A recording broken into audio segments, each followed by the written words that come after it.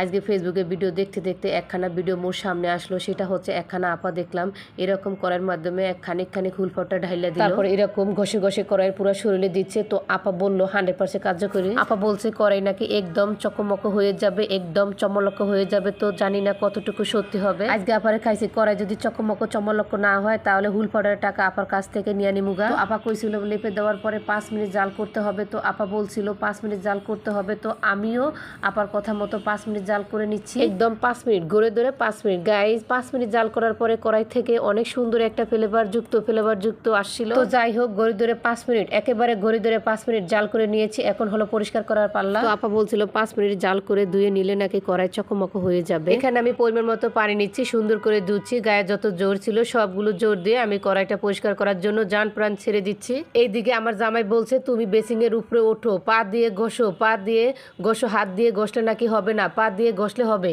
তো জামাইয়ের সাথে তক্ক জড়ালাম না, যেহেতু আমি ফেল খেয়েছি। জামাইয়ের সাথে তক্ক জড়াতে চাই না, বিতর্কিত হতে চাই না। এইদিকে আমি গায়ের যত শক্তি দিয়ে সবকিছু দিয়ে কড়াইটা পরিষ্কার করাটার জন্য আমি জান প্রাণ ছেড়ে দিয়েছিলাম। তারপর আমি কড়াইটা পরিষ্কার করতে পারলাম না। মনের দুঃখ কই রাখি, মনের দুঃখ মনে রেখে গেল। তারপর আমি কড়াইটা নামিয়ে নিলাম। এই দিক থেকে জামাই বলতেছে তার নাকি কতগুলো হুল পাউডার চলে গেছে। আমি তো কানের মধ্যে শিখ দিয়ে রাখছি। অবশেষে প্রমাণিত হলো অনলাইনে সবসময় আমরা যা দেখছি সবসময় সত্যি হয় না গাইস।